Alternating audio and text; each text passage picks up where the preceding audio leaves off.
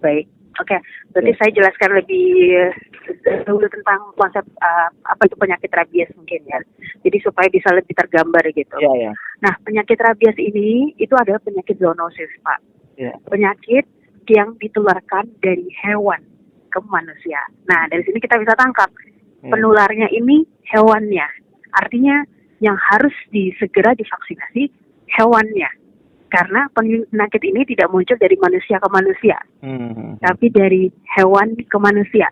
Jadi yang divaksin harus hewannya. Manusia itu tergigit dan tertular kalau digigit dari hewan yang terinfeksi rabies. Jadi yang harus di-cover vaksinasinya, diutamakan vaksinnya, harus hewannya. Karena kalau hewannya aman, hewannya tervaksin, tidak ada lagi rabies. Mereka aman dari rabies. Seperti waktu penyakit-penyakit lainnya gitu ya, yang memang ditularkan dari hewan. Flu burung misalnya, seperti itu. Jadi yang harus divaksin bukan yang wajib, dan ini strategi pengendaliannya dan pemusnahan pemusnahan rabies adalah hewan memiliki antibodi protektif terhadap rabies sehingga tidak menimbulkan penyakit seperti itu. Jadi memang fokusnya harus di hewan. Nah, kalau manusia, pemberian vaksinasi pada manusia itu memang fokusnya adalah orang-orang yang memang punya resiko lebih tinggi terhadap situasinya. Misalnya siapa? Dokter hewan atau tenaga vaksinator yang melakukan vaksin pada hewan-hewan.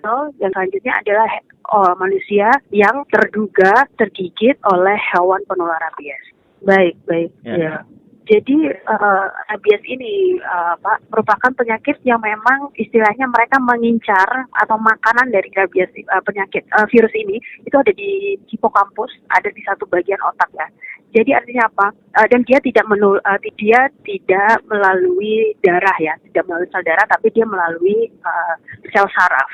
Nah, artinya semakin dekat dengan kepala, semakin harus cepatnya manusia tersebut mendapatkan penanganan pemberian vaksinasi atau serum antirabies atau vaksinasi antirabies. Jadi semakin dekat dengan kepala, artinya apa ya? Leher, muka, tangan, dada, itu artinya ke dalam kategori yang lebih perlu dapat penanganan pemberian vaksinasi secepatnya gitu.